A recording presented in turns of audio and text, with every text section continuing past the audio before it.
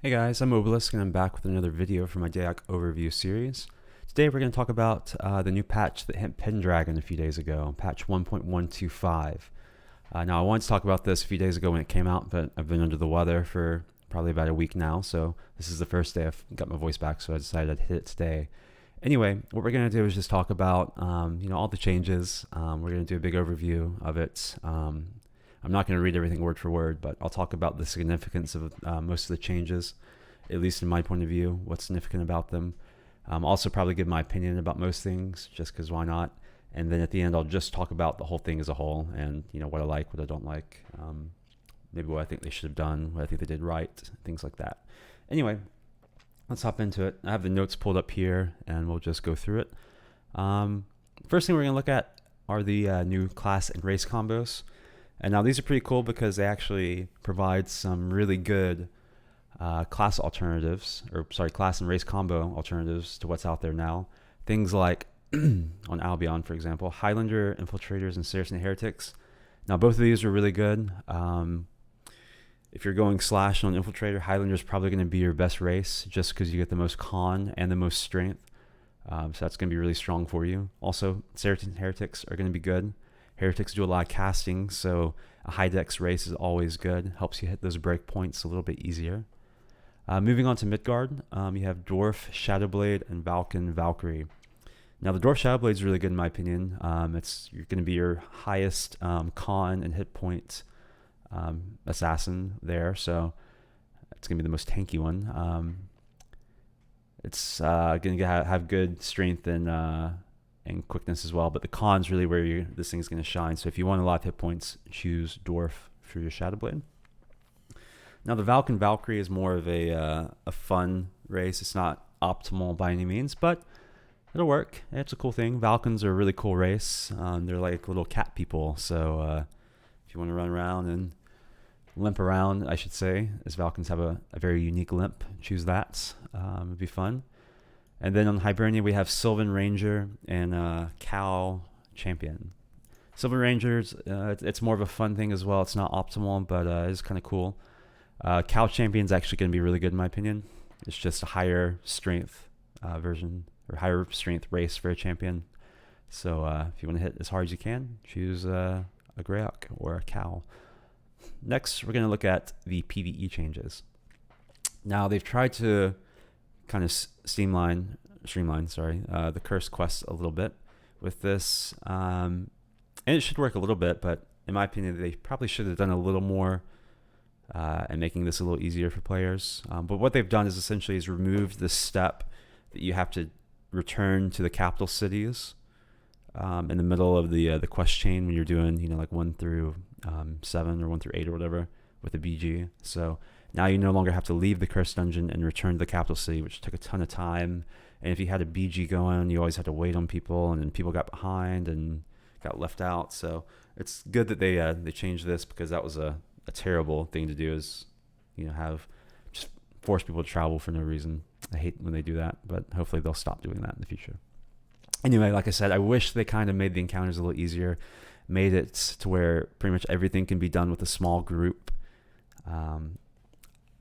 I think BG PvE is okay, but you should never have never require a BG. If you can zerg it down and stuff, that's fine, but you should always be able to kill it, in my opinion. This is just personally talking. Always be able to, get all your PvE done with, 5-6 people max, in my opinion. Anyway, moving on. They added the Darkspire back into the game. So they took out the Darkspire instance when they brought in the cursed content. So now if you want to do Darkspire, you can do that. To reach those instances, you just go to the capital cities. The instance is there. Next, we have Memorial NPCs. And now this is interesting because, as many of you may know, it's been in the newsletters and things like that.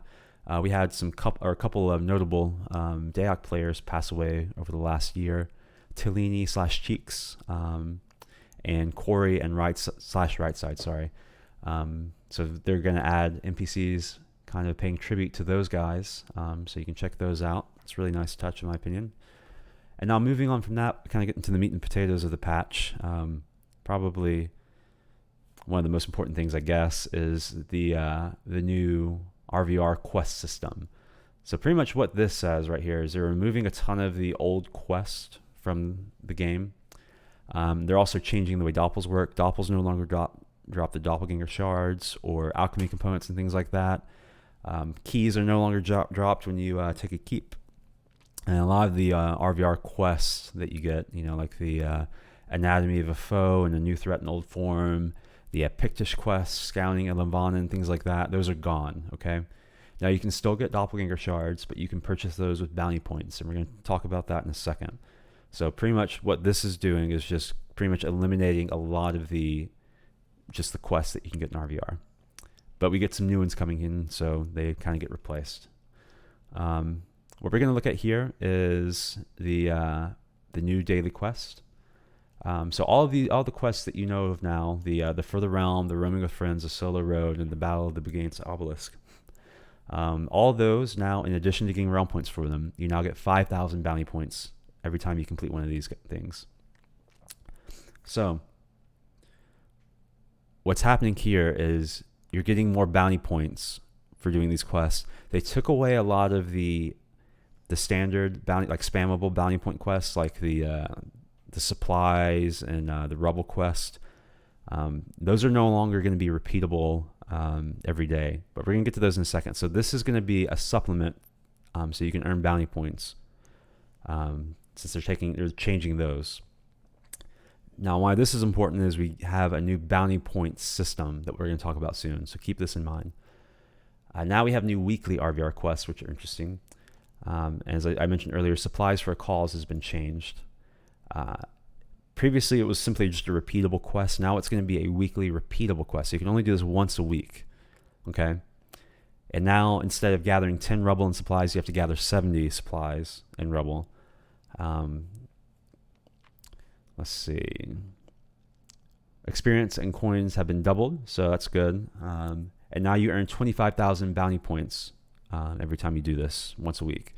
So, also, previously, the bounty points were augmented by things like Bugain and any sort of extra bounty points percent you can earn. Now they're not affected by any BP bonus, so that's kind of a drag in my opinion. Also, no longer affords realm points, things like that, and no longer affords doppelganger shards, which isn't a huge deal in my opinion, since you can only do them once a week. It's not a big deal anyway. Now, I'm not a big fan of this change, honestly. I think the supplies quests were good because they allow people, they gave people something to do on Elenvanen, and also it gave people a reason to go to the maze areas, which were good solo and small man zones. So you could always find someone doing some quests and something. It kind of sparked action. And now what they're going to do is essentially, we're going to look down here real quick, and they're adding the ability for you to trade, essentially use your bounty points to craft high value items, things like cursed items or pretty much whatever you want, from what I can tell. So if they left these rubble quests repeatable, it would create a lot of action in my opinion, because people would be trying to farm these items, farm a lot of BPs to buy these items, and so you'd have small mans and solos and stuff hitting these bounty spots a lot. And that would create a lot of action, which is what this game needs, especially right now. It's hard to find people a lot of the time, especially in off-peak hours. So anything that kind of drives action is a good thing. And I think this kind of limits it, making it a weekly repeatable quest instead of just a standard repeatable quest. So I'd probably like to see this just be a standard repeatable quest, just to drive action, in my opinion. Things like doppels, in my opinion, those do well, because if you give people a reason to roam around, and kill doppelgangers for RPs or for items or whatever, it gives people, a chance to kill people too, which is what this game's about, in my opinion. So maybe they should, I don't know. That's my opinion though. So anyway, we're moving on. The King's Brew. This is a new repeatable, weekly repeatable quest. So essentially what you do is you just gather 100 crates of King's Ale. Crates are found throughout Elenvanen, and found around its docks, the mazes, or sorry, the runes on EV, not the mazes in mainland, sorry. The main keep towers and things like that. So just all around EV, you can pick up these crates. It gives 50% more XP than the supplies quest. So if you're needing CL XP, this is going to be a good one. And also it rewards 35,000 bounty points. So this is going to be the big, in my opinion, I mean, it gives more bounty points and more XP than the supplies quest. So you'll be able to still get your CL 15 pretty quickly if that's what you need to do. If you made a new character, you got 50, and you just need bounty points to trade for XP scrolls, this is going to be a good one. You should be able to get CL 15 by completing these 2 quests. So what we have next is we have a monthly RVR quest. Now, what this does is essentially you have to complete your daily quest 10 times, but you have to complete, you have to complete roaming with friends 10 times, or solo quest 10 times, or the For the Realm quest 10 times. You can't, it's not like you complete all, just 10 of them at random. Like if you complete 3 roamings, 3 solos, and 4 For the Realms, you get it. Now you have to complete 10 of one. And once you complete 10 of one, you get 60,000 bounty points. So another little bounty point boost. I don't believe you get any extra RPs or anything like that, but it's just another way of getting bounty points. Also, you get essentially a potion, a high value potion, Supremacy Pot, Omni Healing, Omni Regen, Restoration, things like that. So it's just a nice little way to get more bounty points. Otherworldly essence charges. Essentially what's going to happen is, instead of when you're picking up the essence plants, instead of just giving you the component, it's going to give you what's it called, a clipping, and then once you /use the clipping, it'll give you a random stack. So this just helps declutter inventories when you're out RVRing and picking up these things. Ore has been removed from the island and things like that, and from the frontiers. So instead of the ore spots, are now going to be essence spots. So you'll have more chance of getting essences, which is good. And you can now buy ore with bounty points. So now we're hitting the next big thing, is bounty crafting. And as you can see here, we have an example of bounty craft. So everyone gets bounty craft. It's not like something you have to level up or anything, like a standard trade skill. But what's going to happen is, you can make any of these items, and I'm sure there are a lot more. Things like cursed gloves, cursed set items. You can see high value things like Band of the Dream Conqueror, Aria stuff, Darkness Falls stuff. Just ways to bypass doing PB encounters.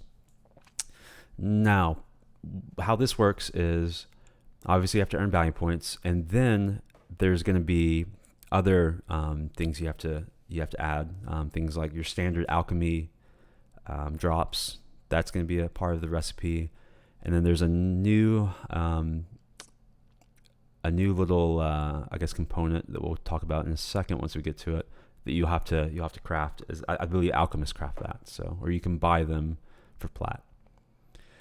So there's a lot to this. Just probably read through all this, but essentially what you can do is, Stardust. Stardust is the new component that you can, let's see. Stardust can be purchased, from normal alchemy merchants for 2.5 plat, or can be crafted at 1,000 alchemy under bounty craft components for roughly about a plat. So there's going to be an inherent plat cost to this, plus other rare alchemy components, and then obviously your bounty points. So here's pretty much the bounty point cost schedule right here. So for the really high value stuff like frozen stuff and cursed stuff, it's going to be 400,000 bounty points, which is a lot. But remember, we're getting a lot of bounty points from quests. We get 5k BPs for each daily quest. We can do, how many bounty points can we get a week? 25 and 35. So what is that? 60k a week from our weekly quest. And then if we do our monthly quest, we get some more bounty points on top of that, plus bounty points from kills. It's going to be okay. I still wish you could do the repeatable supplies quests and things like that, but there are ways to get bounty points. And this just adds a way for you to get nice PB items without having to spend hours raiding and stuff like that. So it's a good change. I kind of wish these things were a little cheaper, but it's okay. At least it's a start. Maybe they'll lower them in the future. Now, the big thing is, all the characters are going to be capped at 500,000 bounty points, which I'm not a huge fan of, in my opinion, just because, you know, you might have a character that has a ton of bounty points, that's fully templated and ready to go, and doesn't need anything. And if you don't spend the bounty points, then you can't, you know, you can't get more bounty points. And then once you actually need a new template, need some of these items, then you couldn't be working towards that while you still had a good template. So I think they should allow higher than 500,000 bounty points, but it is what it is, I suppose. Also, one of the big things is, let's see, if you look here, all bounty crafted gear has the following rules: cannot be traded and cannot be sold. And also, it will be crafted as 99% or 100% quality random chance. This is a big mistake in my opinion, because this would be a good way for people to earn plat if they could be traded. Or, you know, if I have a templated character that's ready to go and I'm out RVRing a lot, and I have an alternate that's obviously, maybe he's rank 1, no template. I need a template to RVR, yet to RVR and get a lot of bounty points, you know, how do I do that? Especially if I can't use my templated main character to kind of help farm bounty points for my alternate. I think this is a mistake. And also, if you wanted to, you could, you know, essentially sell your bounty points, which is not a bad thing in my opinion, you know, especially if you have nothing else to use them for and they're capped. So you might as well be able to make some money off of your effort. Also, the 99% quality chance, I don't understand that at all, because it's a significant time investment. If you see here, based on the new rare bounty point gains, we expect the highest end items to take 2 to 3 weeks of RVR to be able to craft starting from scratch, and 1 to 2 weeks for the lower to mid-range items. So it's a big time investment for these items. And then you get a chance to get a 99 quality item, especially if that's a weapon. That's not good. You don't want to use 99% quality weapons if you can avoid it. So I think pretty much these, not being able to trade it and then the 99 quality thing, that's a huge mistake in my opinion. Big advocate that it should be you should be able to trade these things and you get just MP masterpiece pieces. You shouldn't be able to get 99% quality. But anyway, we'll move on from there. It's a big change. Just read these over. It'll be a good, lot of information here. But we have the standard bounty point store, which you still have. A lot of these items are being changed in price, and you can look at the price here. And I really don't understand why they changed a lot of these prices. I understand people are getting more bounty points now, just with the way the quests work and things like that. But things like speed of the hunts being 16,000 bounty points, I think this is for 1,000 charges maybe, or 100 charges. We'll read down in a second. But they're adding a new speed of the hunt, which is just more charges, which is fine. But the current greater speed of the hunt is 4,000 bounty points. That's a lot of bounty points, especially for something that's a consumable that you're using all the time. Now, I don't understand why these need to cost a lot at all, just because they don't cost a lot now with the current, you know, if you scale how many bounty points people have now and how many bounty points people make now, it just doesn't make a lot of sense for these to go up in price so much, especially when you look at things like Battlegrounds characters. They're not going to be able to afford these at all. And I know they have horses and things like that, but it's still nice to have speed gems. So I don't really understand the cost of these. Maybe they should look at toning these back a little bit. And also, I'm curious to see how these XP scrolls work, because they appear to be a little more expensive now. Maybe no, I guess they're half the amount actually. No, they are more expensive. Yeah, increased by 5x to 50, 500, and 10,000. So that's a pretty big increase. Yeah, they used to be 2,000 for the max one. So I wonder if they give the same value. It appears they do, because there's no change here. So if they give the same value and same value of XP, I should say, and they're this much more expensive, it's going to take people forever to get CL15. Unless I'm reading this wrong, which is a possibility, but that's a big mistake in my opinion too. These should be the same. You shouldn't have to spend weeks getting CL15, considering a lot of the items require you to be CL15 to use. Things like your DF weapons, your loyalty cloak, things like that, they require you to be CL15 to use. So being CL15 should be a relatively easy thing to obtain. And I think the current system's really good, where you go out, you do some rebel quest, and then you can trade those for these XP scrolls. Anyway, moving on. This is just pretty much, you can buy rare alchemy stuff and a lot of these little potions right here.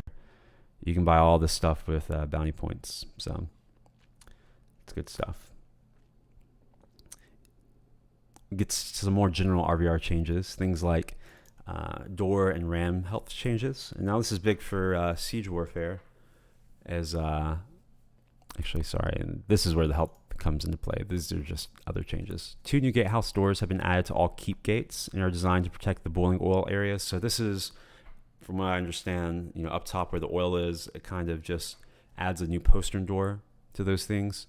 So friendly realm characters can teleport through the doors, just like normal postern doors, and enemy realms must break the doors down in order to get to the oil. So it's kind of like, if you know the mile gates on Elenvanen, you can break through those doors.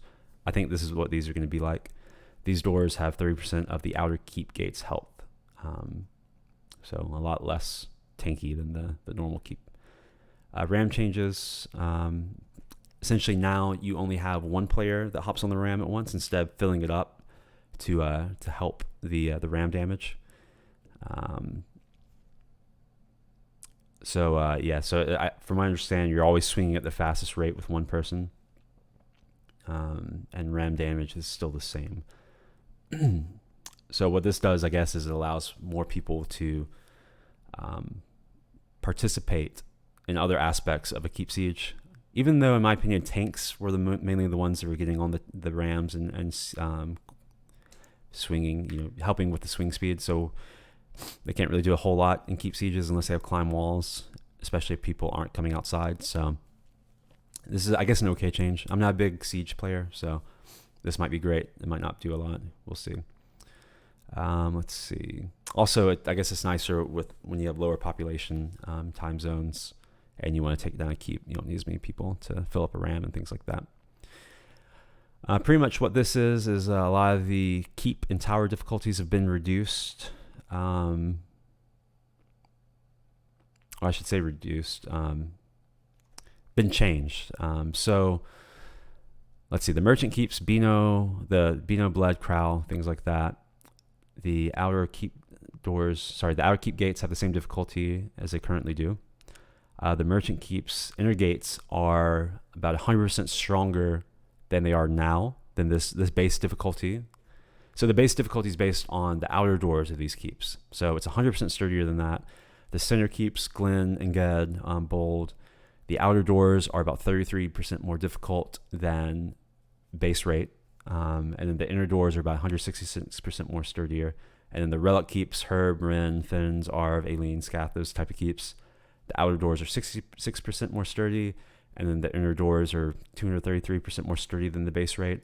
You can look at all these numbers. I'm not going to repeat all of these, but essentially what they're doing is they're making the coastal keeps like Burke, Eris, Sirs, Knot, Blinn, those type of keeps less difficult. So the invading realms are going to have an easier time taking those keeps, but a harder time taking the main supply line type keeps. Also, the EV tower gates are a lot weaker now, which is good. The battleground keep doors, I guess, are weaker now as well. So just a lot of general keep changes. So this is gonna help make it a little bit harder for invaders to take the stuff that really matters, like the relic keeps and then the portal keeps. But the outside keeps, those are a little easier to take, which is an interesting change. Siege tower changes. They're more difficult to build now, they say. Take twice as long to build. More restrictions, such as increasing the number of characters required to build a siege tower. Siege tower hook points around Krim are now visible. Not more, and Burke hook points were already visible. So I guess this is just a bug they're kind of fixing. Keep Lords, all classes now are able to bind and recall to Keep Lord instead of, I think it was mostly tanks, and maybe, I think some supports were able to in the past, but casters, I don't believe could. It's been a while since I used that mechanic, but maybe more people are more knowledgeable in that than I am.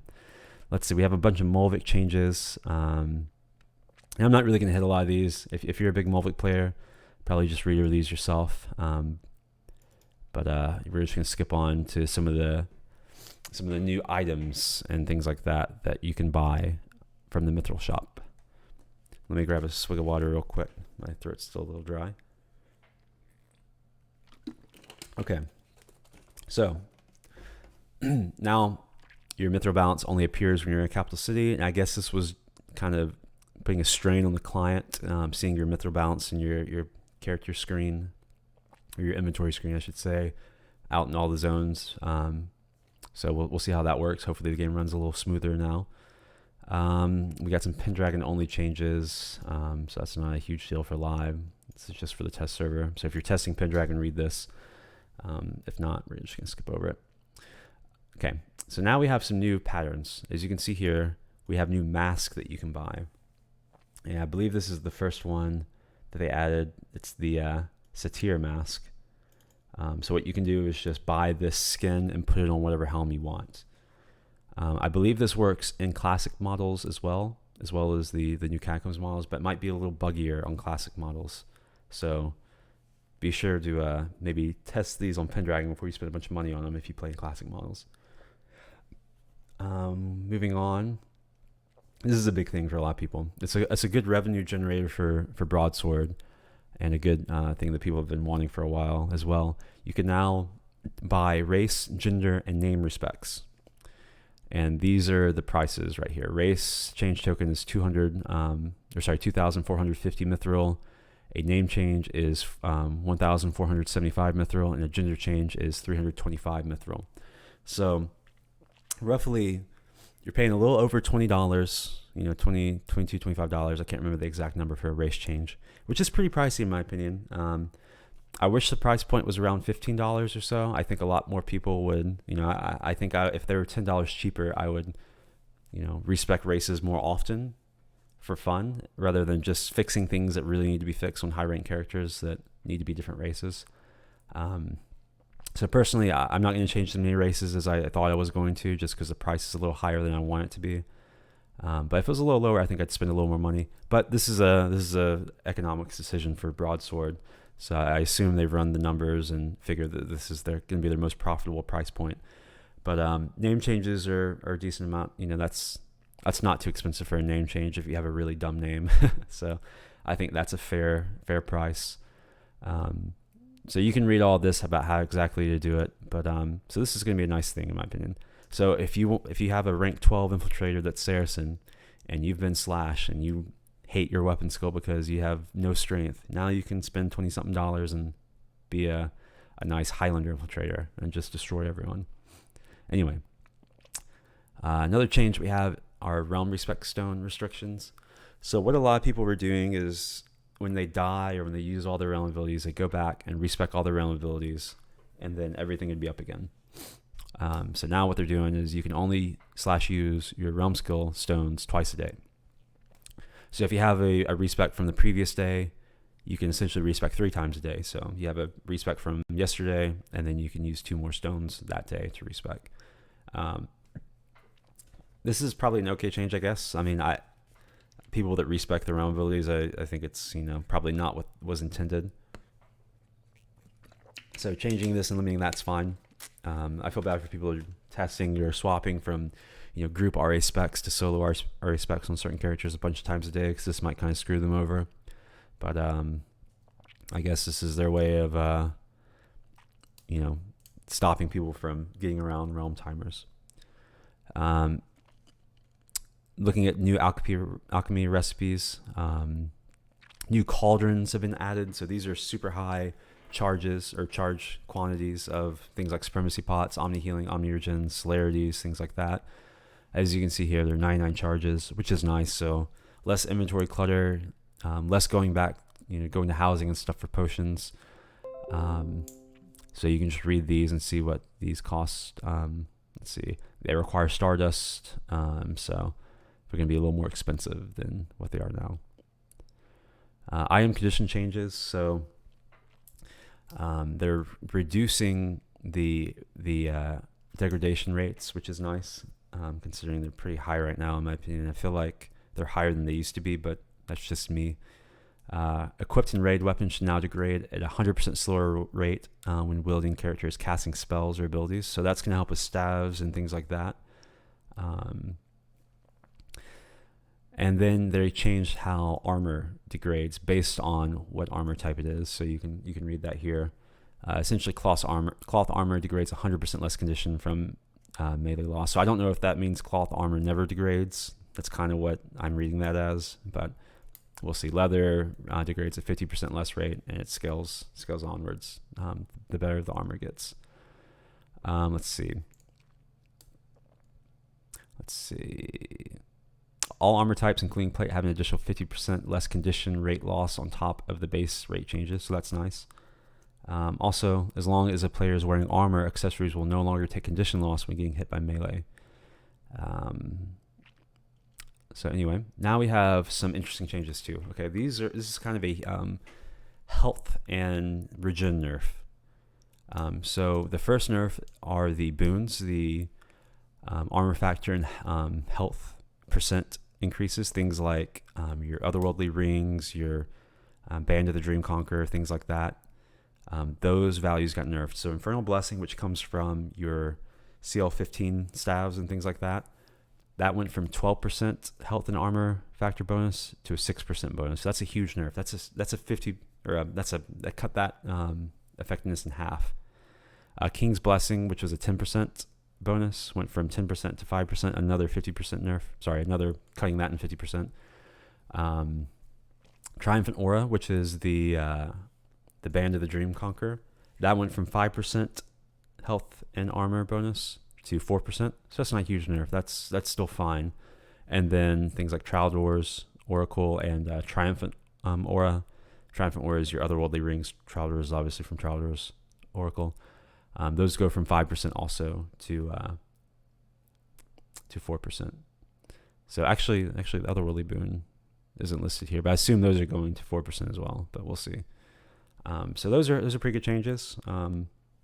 Obviously, they targeted the big boons, like the 12% and the 10% boons, more than the 5% boons.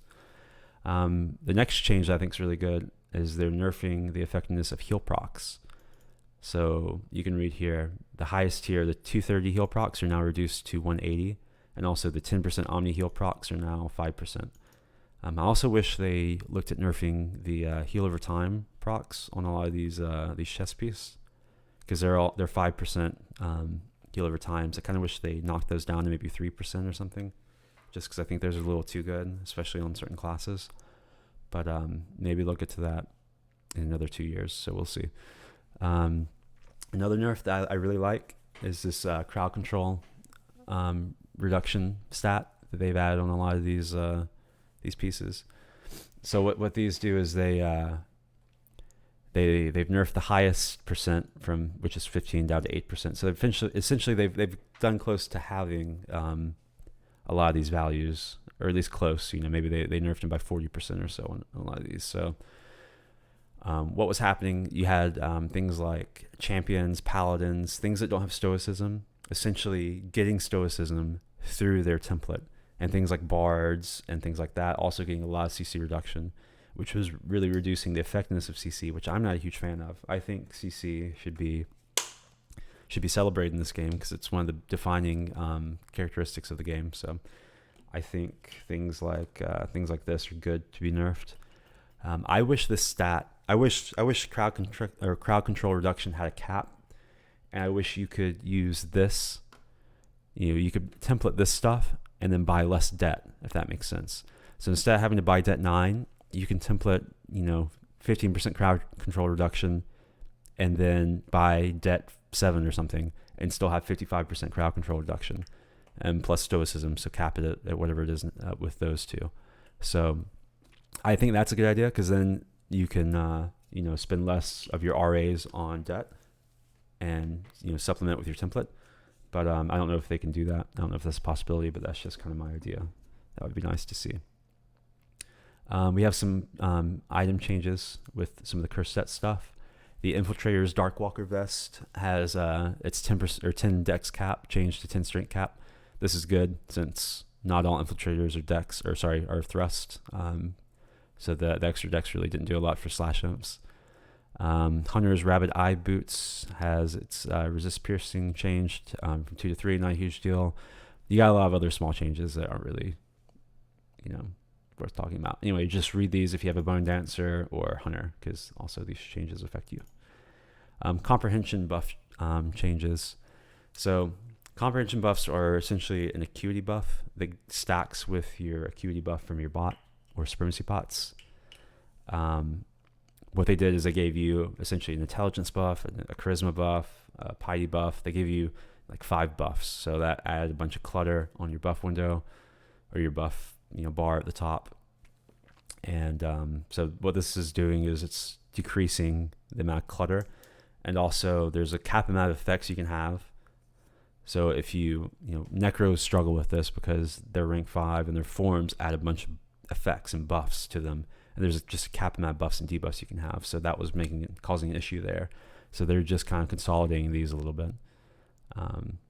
So that's nice. Some other bug changes. Let's see. These probably aren't huge. Fix an issue causing snare styles and spells to be slowing the targets for inconsistent amounts. So that's just a general fix that most people probably don't realize is an issue. These things are siege changes essentially. So you can no longer cast Crystal Titans on keep roofs if you cannot see your target when you cast it. So I guess a lot of people were bugging Crystal Titans on top of a roof when they were a level below it. Same with Battle Warders. This is a buff for Battlemaster. So Power Leak has the power drain increased from 70 to 110. So Power Leak buff there, and indirect nerf to Vamps as well, because a lot of people will Power Leak Vamps and nerf their power maintenance. Also a reflex attack nerf. So reflex attack at the highest level, at level 5, was 50%. Now it's only a 33% chance to return hits. So that's a pretty big nerf to a lot of these reflex attacks people, which has been I'm not gonna say an issue, but it's been very popular lately in the solo scene.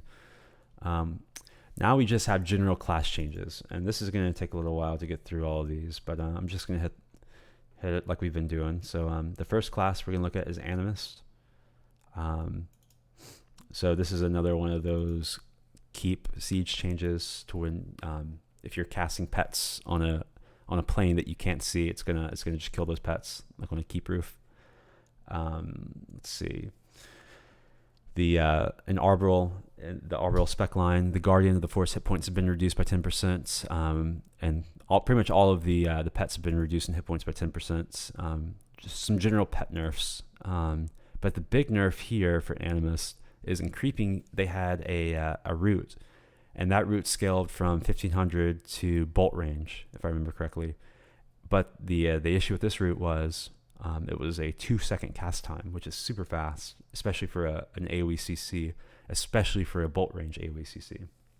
So they reduced the cast time, they increased the cast time, I should say, from 2 seconds to 2.5 seconds, which is a little nerf. It's not huge, but it is going to affect the class a little bit. Pretty much a lot of pet nerfs. Cabalist, Amber, and Jade pets swing speed has been reduced. And now here's a big change across Shamans, Clerics, and Druids. The D-Root spell, and this is going to affect all 3 of those classes that I just listed. The D-Root Cure spell has been changed from a 3-second cast time to a 10-second cast time. So that's going to make, obviously, you're going to have to commit to sitting there, and it's going to be affected by deck, so you're not sitting there for actually 10 seconds, but it's going to create, you're not going to be able to just throw this off really fast, so it's going to create an issue when you're de-rooting people. So this is going to be a nerf to especially the tanks like Vamps, for example, that don't have debt. This is also a nerf to if you're getting pulled, maybe push groups, in my opinion, because if you're pulling a group and you can root out supports or casters and things like that don't have debt, then that's a huge win for you. And if they can't de-root as easy, then that's a little nerf to that group. I don't think this is a huge... it's definitely makes the spell a lot less useful. It's still a useful spell, don't get me wrong, because instead of sitting out of a fight for, a minute almost, you can now have your cleric, get you out in 6 seconds or however long it's going to take it to cast with Dex. But you will be able to counter this spell a lot easier. Say if you're a bard or a healer or something, and you had a sick root out on a Thurgist, and you're pulling, and you want that Thurgist out of the fight, instead of their cleric just completely countering your root instantly, it's going to take them a little while to cast that, and you can you can work to interrupt that cleric to stop that D root, so you can counter them trying to counter your CC. So I think this is a decent change. I think it's pretty unpopular from a lot of people I've talked to, but I kind of like it. Honestly, I don't think D root should be in the game at all. That's just me. But so I don't mind seeing a nerf to it. Like I said, I really like CC, and I think if we can keep CC pretty effective, then that's a good thing for me. Anyway, moving on to druids. They have their health and armor factor bonus buff reduced as well to these values you can see here. It's roughly a 40% nerf or so. We have a Chanter pet nerf. So the compatriot, which is a melee pet, it had a rear stun. It was a 7-second rear stun, which was really strong in my opinion, especially for small scale. That stun's been reduced from 7 seconds to 4 seconds. Also, swing speeds have been reduced on the Stalker and compatriot pets. We have a Friar nerf here. The rejuvenation spec Hot, which you could cast, they had no reuse timer on it. It was also castable in combat and while on the move, completely uninterruptible. It now has a 30-second reuse timer, so that's probably it makes sense to nerf that. It's now similar to Warden's heal over time, which is a 30-second reuse timer, same values and things like that. So that makes sense to me. Now we have some interesting Heretic stuff. Okay, so what they've done here at this first part with the enchantment spec changes is they've essentially made it to where you can spec less enhance and still have the same the same armor factor and absorb. Also, just quickly, they nerfed the health and armor bonus, just like they did with druids and things like that. So they nerfed that. But what they did was they increased the level 50 armor factor buff from 360 to 400, which is a buff on the top end, definitely. But it's also a buff on the lower end. If you spec 43 enhance, you now get a 360 AF buff, which was what the level 50 buff previously was. So if you like where your armor and absorb are on ticks currently, you can now spec less enhance and still have the same amount of physical protection. Also, same thing goes with the absorb. On the top end, at level 49, the absorb goes from 30 to 33, which is a top end buff, obviously. But also at level 41, the new absorb is 30, whereas that was what the old level 49 spell was. So you can go less enhanced and have the same amount of armor factor and absorb as you do now. Or you can spec 50 enhance and have even more. So this is an overall buff to Heretics for sure. Other than the nerf to the health boon, which is all the boons are getting hit, obviously. So now there's some rejuve changes. First change we're going to look at is the instant snare, and that has a reuse timer reduced from 30 seconds to 20 seconds. So that's good in my opinion, makes sense. That was kind of a long reuse. This was the main tool that Heretics used to get space when someone was already on them. It's a really good spell. So the single targeted focus DD snare duration has been changed from 3 seconds to 10 seconds in all levels. So what I gather from this is you can use this pretty much in the past. You had to pretty much sit there and focus snare someone, and as soon as you stop snaring them, they get full speed relatively quickly.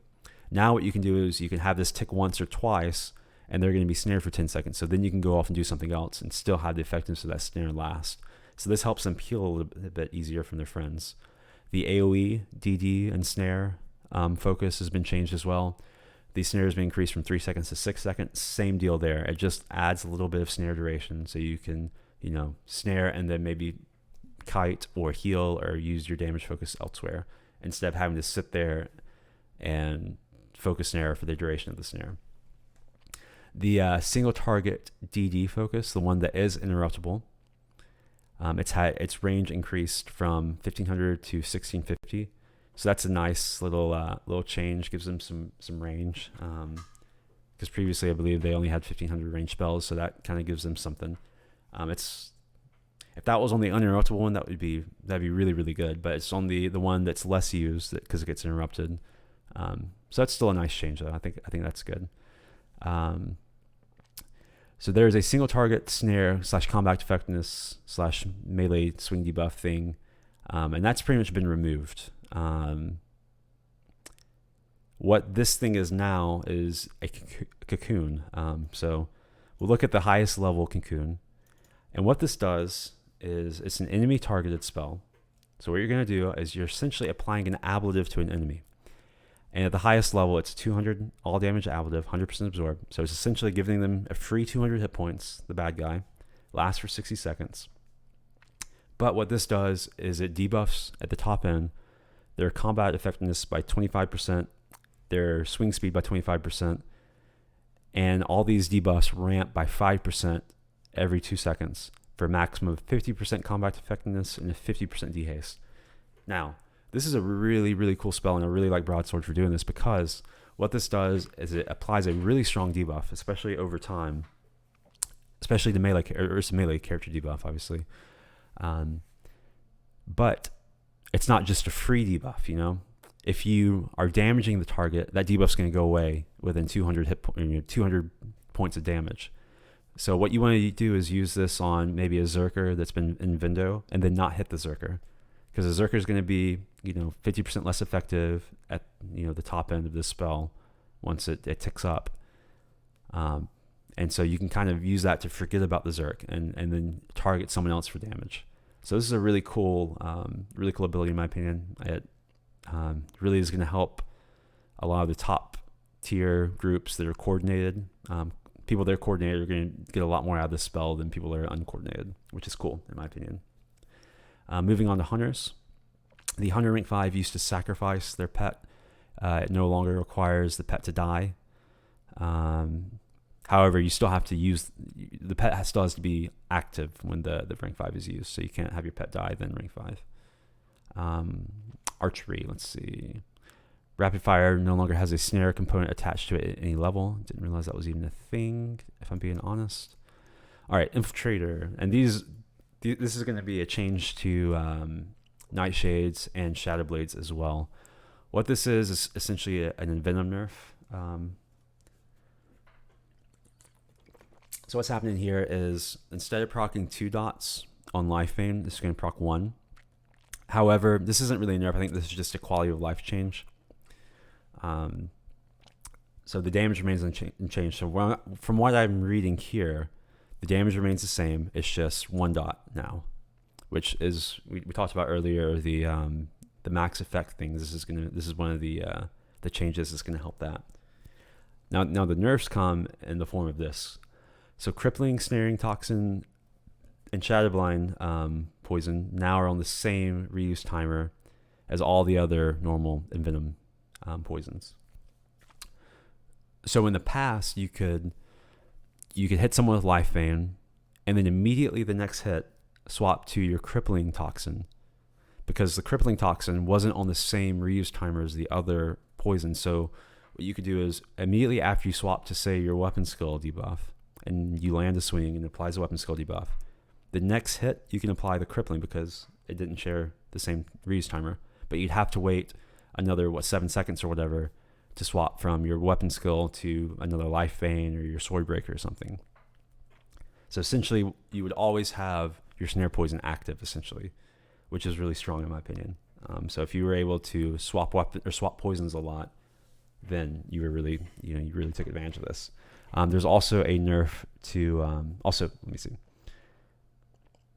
Crippling toxin and snaring toxin have had their read timers normalized from 10 seconds to 7 seconds. Shadow blind remains at 7 seconds. Okay, so touch of death is nerfed too. That's the weapon skill debuff, and at the top end it goes from 28% weapon skill to 21%. So that's a obviously a 7% nerf. That's pretty decent. Pretty decent nerf. Also, sorry, the melee damage debuff poison has gone from a 20% melee damage debuff to a 15% debuff. So that's another pretty decent sized nerf in my opinion. So I don't think this is going to make them assassins weak by any means, but it's going to bring them more in line, I think, because I think they're pretty strong right now. So we'll see how this works. Also, Overshadow can no longer be cast on Minstrels. So that's just a little change there for stealth groups, I guess. Okay, now Minstrels. Minstrels can now train the Static Tempest Realm ability. I don't think a lot of people like this, and I see why. I don't think this is going to have a huge effect on the group v group scene, like the higher number, Zerg v Zerg, things like that. Obviously, in Keep Warfare, more STs are good because the tight, you're fighting in tight spaces a lot in Keeps. But there are already a lot of Friars and things like that anyway out there, so I think STs are already pretty rampant on the battlefield, but you'll have even more now with Minstrels having them. Where I think this causes maybe an issue is in the small scale game, solo, small man, things like that, especially with stealth Zergs. So what ST does is obviously it's a pulsing stun little beacon, but the big thing that ST does is it resets stun immunity.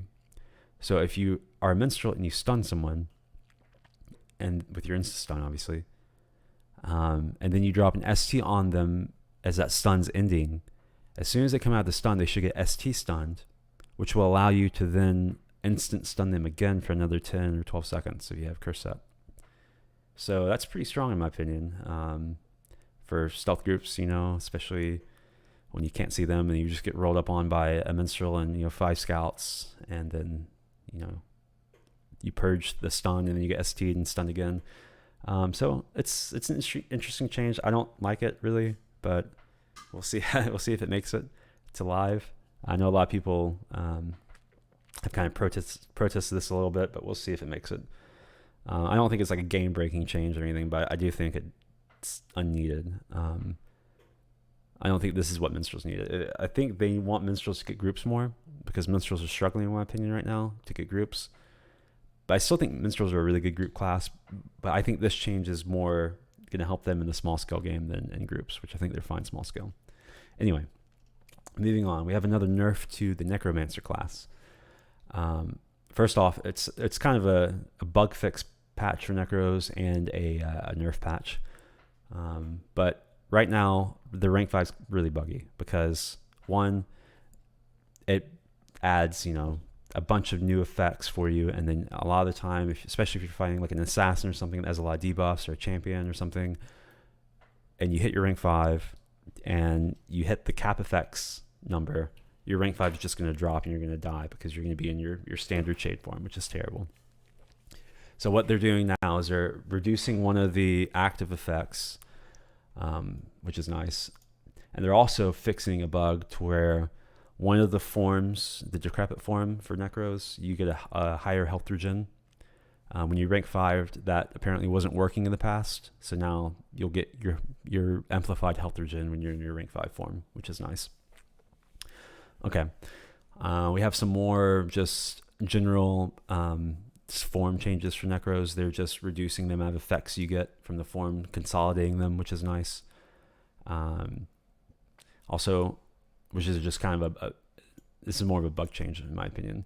The nerf comes from the Chthonics form. Instead of getting 15% secondary magic resist buff, you now get a 10% secondary magic resist buff. So that's a little nerf to their magic mitigation there. And painworking, the Way of Magic, which was the essentially the big ablative that healed you for the damage taken. The frequency is reduced at the top end from 8 seconds. Sorry, frequencies increased, I guess. I don't know if you say reduce or increase for that, but it's changed from an 8-second frequency to a 12-second frequency, so it's not pulsing as much. So that's a nerf there. It's a pretty decent sized nerf, especially for a group Necro that's getting nuked a lot. And this affects your group as well, so it's not just a self buff. So this is a nerf, especially to group Necros, but solo Necros as well. Let's see, we have more form changes here for the decrepit form. Death Sight changes, just to forms, and then your level 50 spell Bringer of Death form duration should now be consistent at 25 seconds. I don't know if it was lower sometimes before, not sure. There's a pet nerf to Plated Fiend. That's the The melee damage pet swing speed's been nerfed. And let's see, the Death Servant spec line, there was an instant snare, and the duration, or sorry, the recast timer on those have been increased from at the lower levels. So at level 3, it went from a 5-minute reuse timer to a 10-minute reuse timer, and at level 13, went from a 3-minute to a 7.5-minute reuse timer. And this is pretty much a nerf to Death Sight and Painworking Necros. Not so much Death Servant Necros, because they're not using the lower level versions. Anyway, Nightshade, same Envenom changes that Info's got. We already talked about those. Ranger, Archery, Rapid Fire no longer has a snare component. Same with Scout. We talked about those earlier with Hunters. Shadowblade, Envenom changes. Talked about those. Now Shamans. Now we already talked about the Root Cure spell. But the other changes they're having to Shamans is in the augmentation line. This is the damage reflect buff that you can apply to your teammates. Previously, it looked like an Ichor of the Deep effect when you cast it on your friends, and it just happened as soon as you casted the spell, and then you didn't know how long it was going to last. If you just rolled up on the target that got that buff applied to them. But now there's going to be a continuous pulsing effect on whoever's affected by that spell. So it should be a lot easier for tanks to not kill themselves in 3 swings, because they'll be able to see who has that buff on them. So this is a pretty decent nerf to that spell in my opinion, just because it was a good spell before, but in like most of the better groups would kind of have a mental timer in their head about who had the buff on them for how long. 15 seconds. Okay, I'm not going to touch that guy for 15 seconds, and you roundabout knew when that buff was going to fade. But now you just have a visual cue. It's still a really good buff in my opinion, but it's just, I guess, a little bit nerfed for people that weren't paying as much attention in the past. You have a Scald nerf in the form of the health and armor factor bonus. Those have been nerfed by about 40%, just like heretics and druids and things like that. Mind sorks, and at level 40 mind, you get a group port. So they added this because I don't think a lot of people were running minstrels in a lot of groups. So Albion didn't have a group gate. Now they do, if you have a level 40 spec or mind spec sork.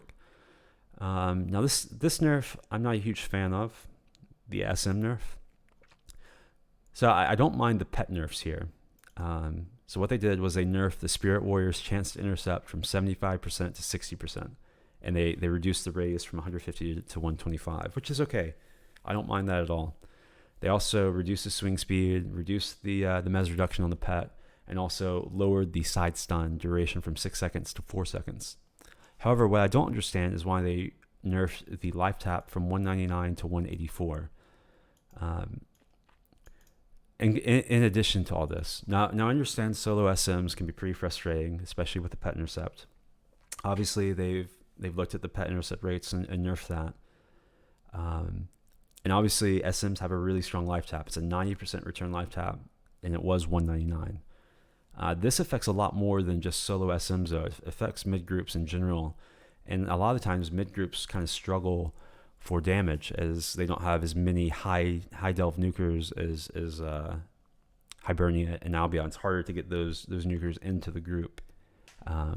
So you're losing a higher nuke on one of your casters, which I don't think really makes sense to me. So kind of wish they'd revert this back to 199 and then look at this stuff a little more, see how this plays out, or maybe nerf this a little bit more as well if you're worried about solo SMs, because this affects groups, which I don't think SMs are too good in groups. I don't think mid damage train is really an issue right now. Speaking of mid damage trains, they're helping things a little bit, and this should help. I don't think a lot of people are going to run Thanes still. I mean, a decent amount of people run Thanes, but I don't think this is going to make them a staple in every mid group. But it's going to help things a little bit. It's sort of a buff nerf type of deal.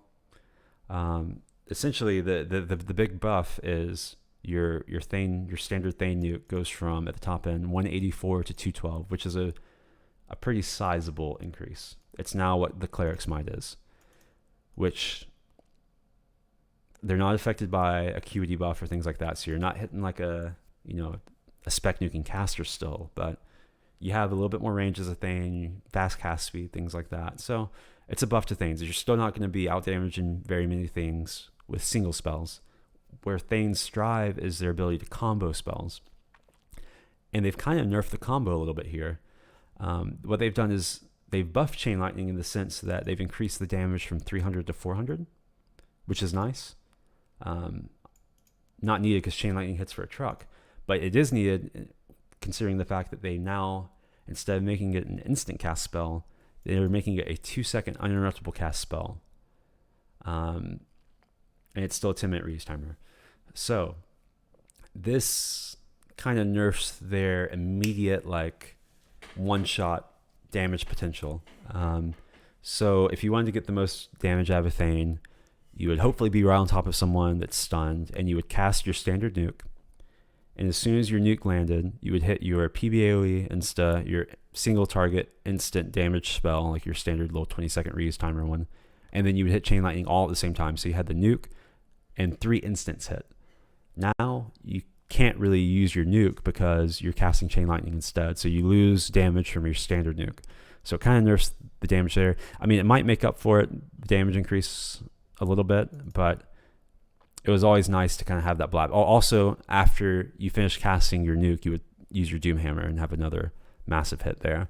So now what you're going to do is you're going to cast Chain Lightning, hit your 2 instas, and then Doomhammer, instead of cast your nuke and then hit 3 instas, which include Chain Lightning, and then Doomhammer. So it's a slight nerf there, in my opinion. But it's not huge. Obviously, they've made up for it with the standard damage increase. It just kind of hurts their spike a little bit. If they got the casted spike, you know, it helps their just instant right off the bat spike because, well, not instant because it's no longer instant, but it helps their uninterruptible spike, I guess.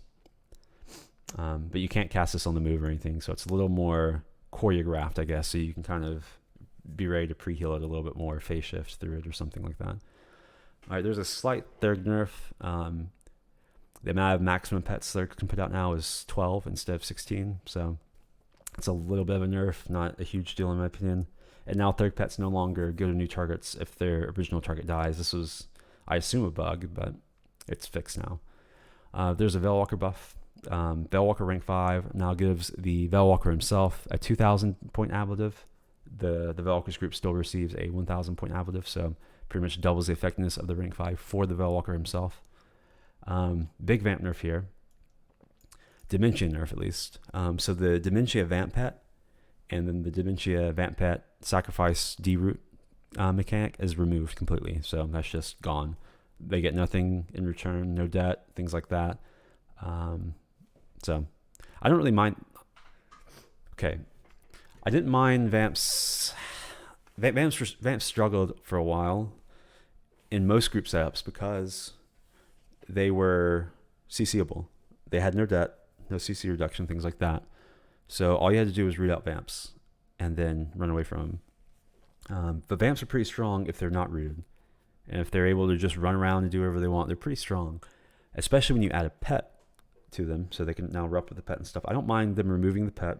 And I really don't mind them removing the D-root portion of them. But it does make them put them in an awkward situation. I kind of wish they did keep the D-root, but remove the pet. I think that would be fine. Because vamps are going to be pigeonholed back into a tank group, in my opinion, to be run effectively. And that tank group's going to have at least one hero to D-root them with bolster. And then it's just an all-out push group, and they're going to be your damage when they're free. Vamps don't really work in hybrid groups, especially anymore, just because they're CCable. So, yeah. This puts vamps in the group situation in a very interesting point. This is probably good for the solo and small scale vamps because that pet made them way better than they probably needed to be. However, for solo and small scale vamps, there's a power leak buff, which is an indirect nerf to vamps. So now the vamps kind of got hit hard this patch. So we'll see how it works. And now we have Warlock change. Warlocks. Okay. I'm going to preface it saying I've been playing a lot of Warlock lately. I think the class is super good. Witchcraft Warlock, that is, for small scale, for small men. solo. I think the class is probably OP. When I started reading the patch notes, I didn't think there was going to be a lot of class balance. And then once I realized it, and once I, hit, the Animist change, the first change, I was like, oh crap, this is going to be a balance patch too. My Warlock's going to get nerfed here. And probably rightfully so, honestly. Probably rightfully so. And then I was like, well, I'm just going to go look. I'm going to go see the damage and see how they've decimated my Warlock. Because I figured they'd over nerf it or something. I think Witchcraft Warlocks deserve a nerf, but probably not a huge nerf. But they need to address those dots, in my opinion. But anyway, I scroll down to see my dot changes, and all I get is a buff. It's not a huge buff. This is a buff though, because concentration will help Witchcraft Warlocks for sure. I don't think I'll spec it, but if I wanted to, it's now available for me. But I thought for sure there was going to be a nerf here, but there's not. So we'll see. I think they should probably make one of the dots, not one of the Witchcraft dots, not uninterruptible cast. Obviously Doom, you can't UI cast that, but Agony and Anguish, you can UI cast both of those. If they made one of those unable to UI, that might be a little bit better, I think. Or actually, if they made the power cost of those dots, if you can still UI them, but make the UI power cost a lot more, that would be fine. Because now they cost like basically nothing when you're UIing them, so you can get Doom off really easy. But if they made the power consumption more on the UI dots, that would be a good fix, I think. Because it's a clunky class to play. It can be difficult. It can be a little bit annoying, but man, if you can play it okay, it's so good. It needs some changes. I don't know if nerfing damage is a good thing, because that's kind of all you have with that to kill stuff. Anyway, moving on. Not saying that we need to nerf Warlocks, because I play Warlocks, but you should probably nerf Warlocks a little bit. Just look at them. Anyway, Wizard Rank 5 made the Wizard Rank 5 a little bit better. Essentially up the damage ablative, and not the damage ablative, the damage and the frequency. So now it does, instead of 200 damage every 3 seconds, it does 400 damage every 2.5 seconds. Now what this does is it also applies another 100% absorb every 0.5 seconds more. So it's an overall buff. Then we have some client updates. This is interesting. I wonder how this is going to work. I need to log on Pendragon soon and test it out. But spell buff, debuff, timer abilities now show the remaining duration on the quick bar and the buff/debuff icon directly. So that's cool. So you don't have to scroll over the your quick bar or your mez function to see how long your mez is lasting, or your debuffs are lasting, or to see when your purge is back up, for example, in the middle of a fight. So that's cool. Let's see. Trade skill recipes, let's see. And these are pretty much, just overall changes, nothing huge. So if you want to read these, go for it. And then we have some bug fixes. And these are good bug fixes. Hopefully they work, these bug fixes. Fixed a crash bug in capital cities and dungeon collision code. So a lot of players are crashing, and very specifically Jordheim, when they were running back to the like where the King's Room is and all that good stuff. They're crashing. I crashed a lot in the Cursed chapter 9 on the Hibernia, so hopefully that's a fix. Made several improvements to player updates that should alleviate certain players experiencing disappearing characters, monsters, objects. So that's a big fix. Hopefully it works for those guys that are affected by that. And then so that's pretty much the patch as a whole. So I pretty much gave you my thoughts as we went through about everything, but the main thing I think they should focus on, or what they probably should have done, is kept the repeatable bounty point quests and just get people moving out in the frontiers in small groups, because that small man and solo, there's a lot of people that play those play styles. And right now, especially the solo players, a lot of the action centered around the solo areas, the solo zones, which is I guess is okay, but like a lot of players don't like that type of action. They don't like going and then having to slash bow with someone and then It's very, I don't know, it gets boring, it gets old after a while, especially to me. And I think a lot of other people feel this way too. So if you have roaming solo action, that's great. So if you can't get a group, or if your group's not playing right now, and you can go solo and have good, fun roaming fights while you're getting bounty points too, hopefully with these quests, then that sounds great. And then, you know, small man action, maybe there's some duos, trios running around the areas too. You get some fights there.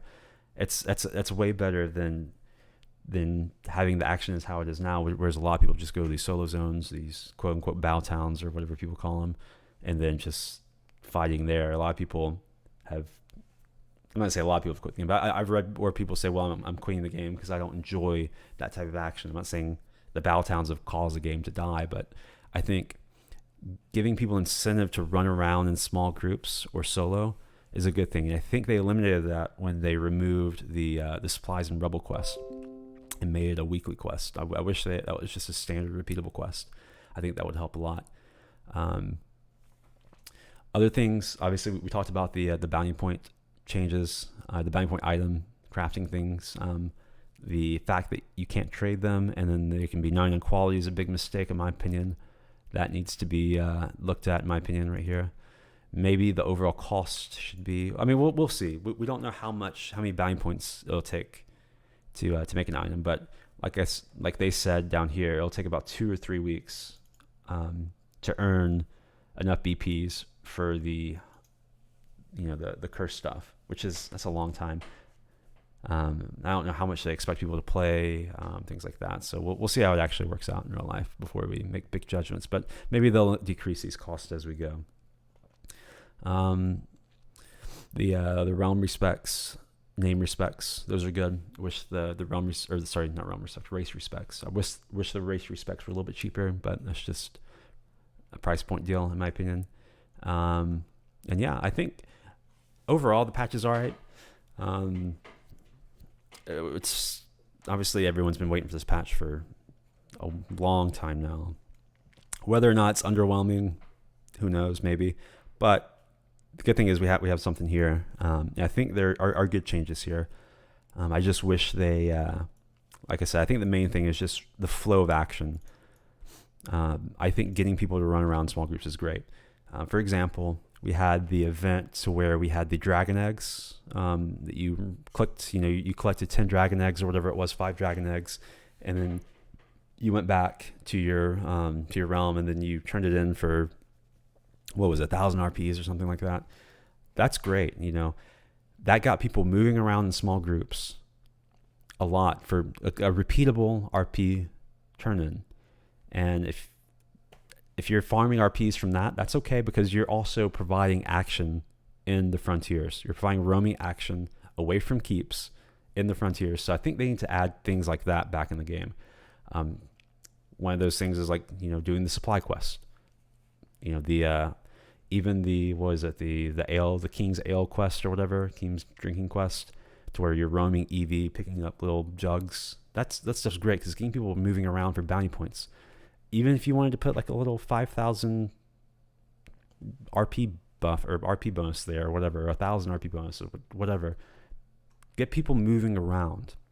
This is my opinion, at least, because it all builds off a small scale. I guess it builds off of Zerg warfare. There's 2 types of players that like the Zerg stuff and the Bow group stuff, which is fine, and players that like the smaller scale stuff.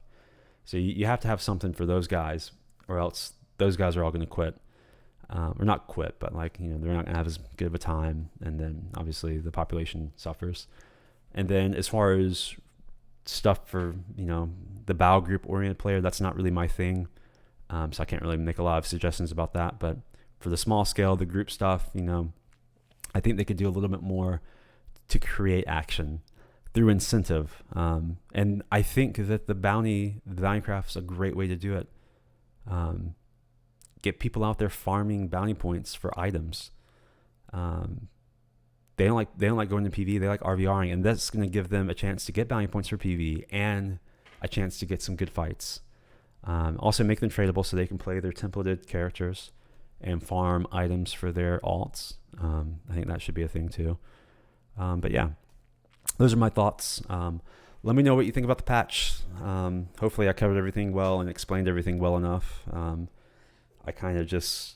didn't read the patch more than once before I did this, so I had to kind of look over it again as we were going through. But anyway, hope you enjoyed and hope you learned something. And yeah, let me know. Let me know what you think. And I will see you guys later. Hopefully I'll do some more overview videos soon. We'll see. I got a couple classes that probably need to be done. Anyway, thanks guys. Enjoy.